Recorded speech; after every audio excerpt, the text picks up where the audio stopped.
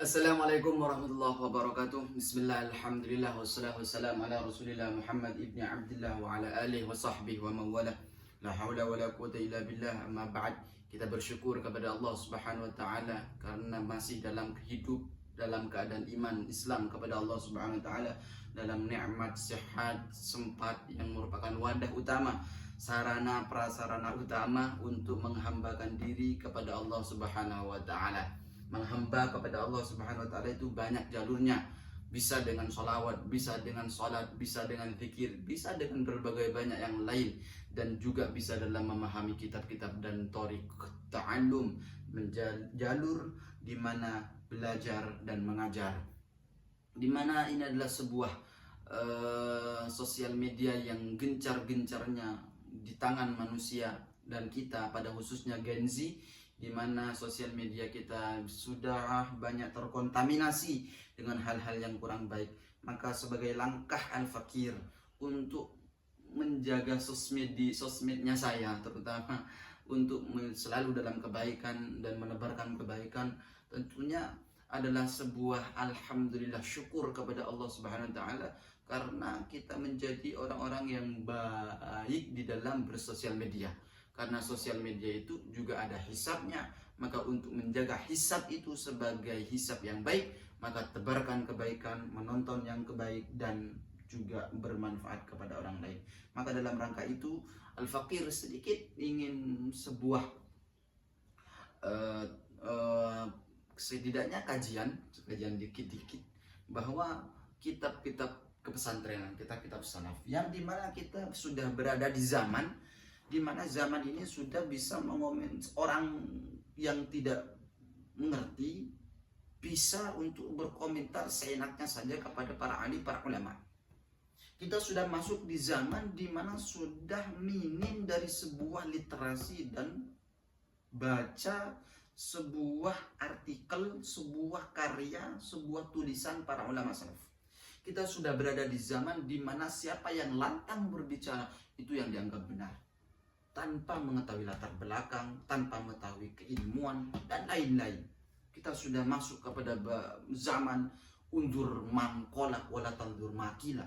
Lihatlah siapa yang berbicara, jangan lihat apa yang dibicarakan. Sudah masuk di zaman itu. Padahal itu terbalik. Harusnya undur makilah, lihat apa yang dibicarakan, wala tandur mangkola. Jangan melihat siapa yang berbicara. Khudil hikmah min ayyi wi'ain kana. Ambillah hikmah, ilmu yang bermanfaat dari wadah siapapun dan dari manapun. Maka dalam rangka itu sosial media yang pertama untuk istifadah kepada saya, mutolaah kembali, murojaah kembali sebuah pelajaran kitab sederhana yang familiar di telinga kita, namanya kitab Takrib. Ya, kitab Takrib itu kitab yang fenomenal, kitab yang sangat istimewa. 100% mungkin di dunia ini, bukan di dunia ya, 99% lah di dunia ini, semua lembaga pendidikan, bukan hanya pondok pesantren, bukan hanya di madrasah-madrasah, bahkan di perkampungan, di surau-surau, di musola-musola, kitab Takrib lah yang menjadi rujukan utama, dasar utama di dalam memahami keagamaan, khususnya di bidang fikih, bagaimana sholat kita, bagaimana wudhu kita, bagaimana dan hukum agama kita. Maka dalam konten-konten saya, dan insya Allah mungkin istiqomah, semoga istiqomah dan ikhlas karena Allah Subhanahu Wa Taala, saya akan mengkontenkan sebuah kitab karya dari Syekh Abi Suja ini yang namanya Takrib. Namun sebelum kita masuk dalam muqaddimah, maka sebaiknya kita tahu siapa pengarang dari sebuah kitab itu sendiri, karena di antara hal yang menumbuhkan cinta kita kepada ilmu dan sebuah kitab itu mengetahui siapa pengarangnya.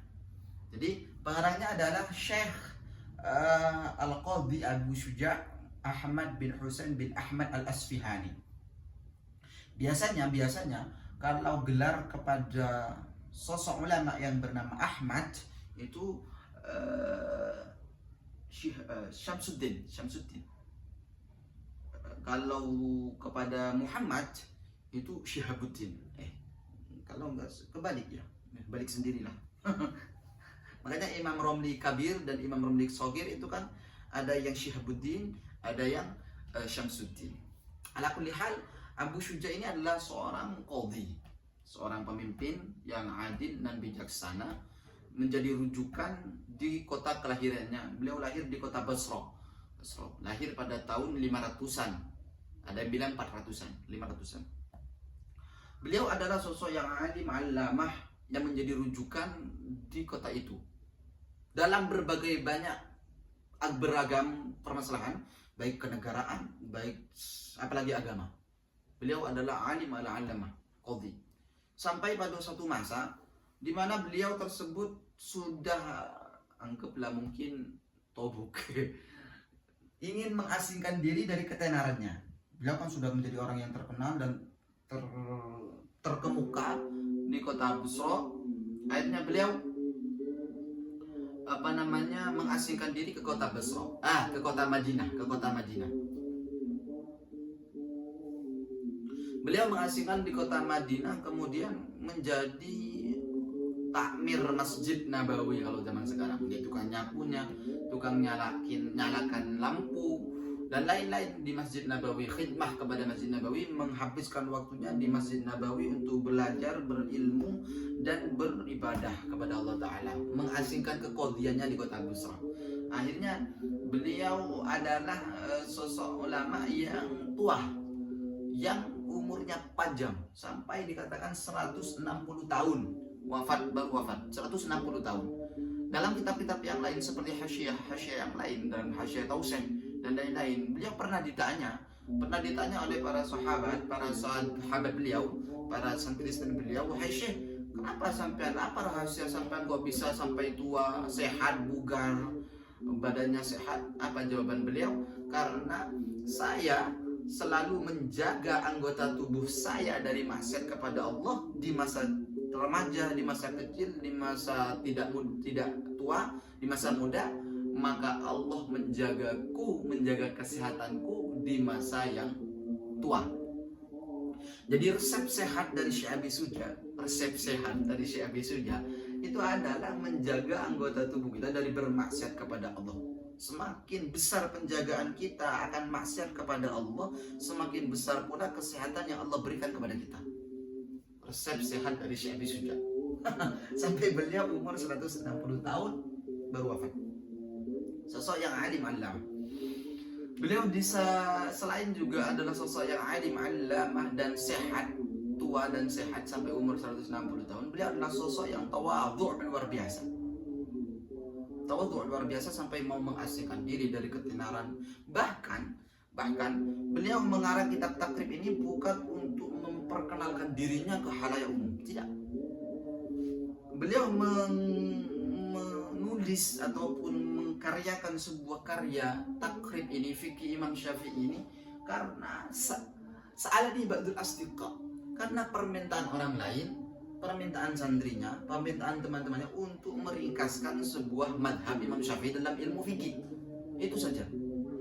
Jadi beliau cuman mengijabahi sebuah permintaan. Bahkan diriwayatkan tidak ada karya beliau yang lain selain takrib. Saking dari beliau itu gak ingin terkenal. Beda sama sekarang. Astagfirullahaladzim. Artinya apa? Abi Suja ini gak punya karya lain, walaupun mungkin ada teman-teman yang tahu, tapi yang saya tahu tidak ada. Jadi beliau cuma punya karya takrib saja. Tetapi anehnya dan fenomenanya bahwa dengan satu karya ini bisa sebegitu terkenalnya, sebegitu masyhurnya, dan dengan karya satu ini melahirkan kitab-kitab yang banyak, kitab-kitab yang lebih banyak sekali, seperti kitab syarah-syarahnya, kitab hasyiah-hasyiahnya, kitab syarah-syarahnya apa? Fathul Qorib, ada Tuhfatul Habib, kitab-kitab syarah hasyiah-hasyiahnya Tausye, Baijuri, sampai hasyiahnya Bujairim al-Khatib, sampai Kifayatul Akhyar. Itu semua muaranya berasal dari satu kitab namanya takrib ini. Kitab kecil yang melahirkan kitab-kitab besar. Subhanallah. Sebuah sebuah energi dari sebuah keikhlasan itu betul-betul gak ada obat gitu. Bukan validasi, tapi betul-betul ikhlas. Mudah-mudahan kita semua menjadi orang yang ikhlas dalam beramal, Ya, ketika keikhlasan itu muncul dari kita, insya Allah yang mendengarkan, yang beristifadah dan yang mengambil manfaat juga akan mengambil manfaat yang banyak. Beda dengan orang-orang yang hanya memvalidasikan diri saja, sampai berani mengomentari orang-orang alim, orang-orang ulama. Karena memang begitu adab itu penting di dalam keilmuan dan keagamaan. Sudah, itu sekilas tentang Syekh Abi Syuja. Maka dalam Syekh Abi Syuja ini munculkan semangat kita bahwa beliau adalah orang yang alim, allamah, dan ingin menyambung kepada beliau dalam sebuah karya beliau yang namanya Takrib. Doakan saya bisa istiqomah dalam membahas kitab ini. Kita lanjut kepada muqaddimah. Dalam sesi ini hanya muqaddimah saja dan pengenalan muallif saja. Bismillahirrahmanirrahim. Yang punya kitab Takrib bisa dibuka. Kalau hafal ya sudah, gak usah. Ataupun hanya menyimak saja, gak apa-apa. Bismillahirrahmanirrahim. Bismillahirrahmanirrahim. Bismillahirrahmanirrahim dengan menyebut Allah, dengan menyebut asma Allah. Ar-Rahmanir-Rahim, yang maha belas kasih, yang maha kasih dan penyayang. Ar-Rahmanir-Rahim ini sangat familiar di keterangan. Apa perbedaan Rahman dan Rahim? Saya kira banyak yang tahu bahwa Rahman itu 5 huruf, Rahim itu 4 huruf. Loh kok bisa? Ya hitung, ayo hitung kalau gak percaya. Rahman itu 5 huruf, Ra, Ha, Mim, Mad. Alifnya itu alif atau mad, non. Rahman 5. Rahim itu 4, Ra, Ha, Ya, Mim, cuma 4. Dalam kaidah ilmu nahwu, ziyadatul bina tadullu ala ziyadatil ma'na. Jadi lebih banyak huruf, lebih banyak bentuk kosakatanya, lebih banyak katanya, maka juga lebih banyak maknanya. Rahman 5 huruf, berarti kasih sayang Allah kepada semua makhluk, baik di dunia, baik di akhirat. Maka guru-guru kita ketika nyasa itu, ketika maknanya Ar-Rahman yang dalam dunia dan akhirat. Dunia akhirat. Ar-Rahman kang welas asing dalam dunia akhirat. Artinya apa? Allah Subhanahu wa taala itu punya Maha Rahman. Sehingga jangan heran orang-orang kafir rumahnya tingkat 3, orang-orang kafir mobilnya 5, orang-orang kafir punya kekayaan dan kesuksesan secara zahir di dunia. Itu karena sifatnya Rahman Allah. Allah itu punya Rahman, punya Maha Rahman, sehingga kasih sayangnya tak terbatas. Baik yang kafir, baik yang muslim, semuanya mendapatkan jatah rizki dari Allah Subhanahu wa taala. Baik sekali Allah Ta'ala. Rahman, itu Rahman 5 huruf. Ziyadatul bina tadullu ala ziyadatil makna.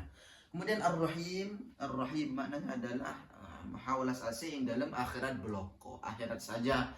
Artinya kasih sayang Allah yang hanya diperuntukkan bagi orang yang muslim, bagi orang yang Islam, bagi orang yang beriman.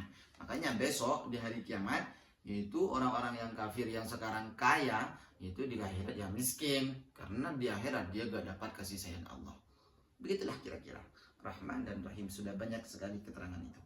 Langsung, Alhamdulillahirabbil alamin, segala puji bagi Allah yang memiliki, yang merajai, yang mengatur semua alam.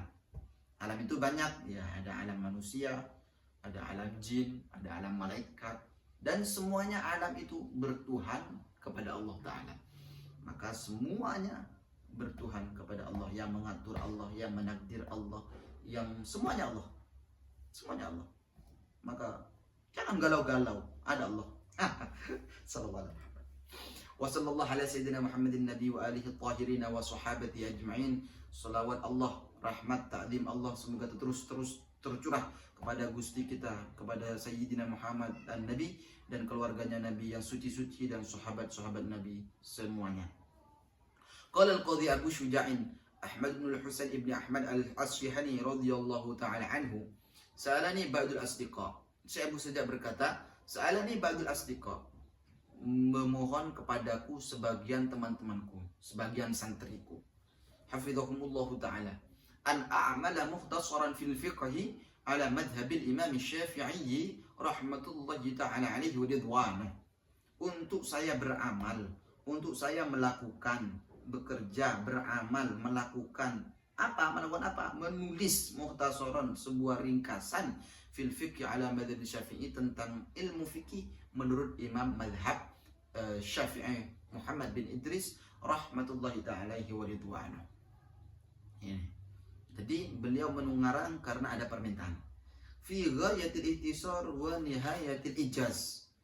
Permintaan tadi ada request. Requestnya bagaimana? Ghayatil ihtisar, ghaya itu ujung. Ghaya itu artinya ujung, finish. Ya, ujung. Ihtisar itu ringkas. Jadi dalam karya yang sangat ringkas saja. Jangan banyak-banyak. Gitu. Wa nihayatil ijaz, dan ijaz yang sangat sempurna. Ijaz itu apa sih? Ringkas, ya juga ringkas, tapi ijaz itu lebih kepada makna ringkas tapi punya makna banyak. Kebalikan dari itnab. Itnab itu ya banyak maknanya, banyak lafadznya, sedikit maknanya. Kalau ijaz itu sedikit lafadznya, banyak maknanya. Itu ijaz. Jadi santri-santrinya Imam Abi Syuja itu minta buatin karya pada saya sedikit saja, ringkas saja, tapi mencakup banyak makna, gitu. Itu permintaannya. Kenapa begitu? Liyaqruba 'alal muta'allimi darsuhu, agar cepat difaham untuk pelajarannya, untuk mendekatkan para muta'allim untuk belajar supaya paham. Qruba itu artinya dekat. Maknanya dekat, tapi ya faham. Maknanya faham. Tapi qruba itu maknanya dekat, sebenarnya dekat. Kenapa? Ya karena yang faham kita adalah orang-orang terdekat kita. Asik. Ya, orang yang faham kita, orang yang faham itu dekat. Karena orang yang paling faham kepada kita adalah orang yang paling dekat. Yang nggak dekat ya nggak faham, orang dekat. Maka yang paling paham kepada kita ada yang terdekat kepada kita. Asik. Kok sampai ke situ sih? Astagfirullahaladzim. Karena untuk semakin mendekatkan kepada muta'alim untuk belajar. Wayashulu atau wayashula 'alal mubtadi hifdhuhu, agar supaya gampang untuk dihafal oleh para mubtadi, oleh para pemula belajar fikih. Wa an ukthira fihi minat taqsimati wa hasril khisali. Dan juga permintaan dari santrinya Imam Abi Syuja itu untuk memperbanyak pembagian-pembagian di dalam kitab ini. Apa maksudnya? Dibagi, dirata, maksudnya diratakan. Ada bab taharah, ada bab salat, kitabut taharah, kitabus salat, kitabul buyu', kitabul munakahah, dan lain-lain. Itu ditaksim seperti itu. Wa hasril hisal, dan didobit, dibatasi, dibuat rangkuman sebegitu enaknya. Hasil hisal itu kalau di syarah-syarah dan hasyiah dijelaskan adalah sebuah dobit dari sebuah kewajiban dan kesunahan dalam wudhu. Misal wudhu, fardunya wudhu ada berapa, sunnahnya wudhu ada berapa, makruhnya wudhu ada berapa, dan lain-lain. Itu yang dimaksud hasil hisal. Jadi para santri Imam Syafi'i minta dibuatkan karya yang ditaksim, taharah, najis, tohara, sholat, dan lain-lain. Dan juga di hasil hisol didobiti, dirangkum, ada berapa syaratnya, ada berapa fardunya, ada berapa sunnahnya, ada berapa yang membatalkannya. Itu. Jadi minta dengan banyak request. Menunjukkan bahwa saya musannif di sini memang betul-betul enggak itu ikhlas banget, Pak, enggak terlalu menonjolkan diri sepermintaannya mereka. Oh ya wis gitu. Fa'ajabtu ila dzalik taliban lis-shawab. Maka saya, kata Imam Abi Syuja, mengijabahi permintaan tersebut karena apa? Taliban lis-shawab, memohon dan mengharap akan adanya pahala dari Allah Subhanahu wa taala. Raghiban ila Allah Subhanahu wa taala fi taufiq ila shawab. Karena cinta dan ingin kepada Allah Subhanahu wa taala untuk memberikan taufik kepada saya, untuk memberikan i'anah ataupun pertolongan kepada saya untuk menyempurnakan kepada hal yang tidak benar dalam kitab ini, untuk mencapai kebenaran di shawab. Annahu ala ma yasha'u qadir, sesungguhnya Allah terhadap semua sesuatu yang beliau kehendaki, yang Allah kehendaki itu mampu. Wa bi'ibadihi latiful khabir, dan Allah kepada para hamba-hambanya maha lembut dan maha melihat, maha mengintai, dan maha mengetahui. Baik, itulah sekilas tentang muallif kitab Taqrib dan muqaddimahnya kitab Taqrib. Selanjutnya konten-konten selanjutnya insyaallah semoga istiqomah dan bisa diberikan kelancaran. Insya Allah kita akan bahas takrib, bahas santai-santai saja. Konten ini adalah sebagai media untuk bagi kita yang mungkin terkendala untuk talaki langsung kepada guru belajar takrib, untuk terkendala untuk bisa belajar langsung kepada guru, mungkin karena kita sibuk kerja dan sibuk tiduran. Ya bisa untuk dibuat media lah untuk bisa menebar kebaikan. Mudah-mudahan kita dijadikan oleh Allah sebagai orang-orang yang baik dan bisa melihat kebaikan dan menebarkan kebaikan dan digolongkan orang-orang yang baik, sehingga kelak bersama orang-orang yang baik, bersama para orang guru-guru kita yang baik. Barakallahu fikum wa a'lam bissawab. Assalamualaikum warahmatullahi wabarakatuh.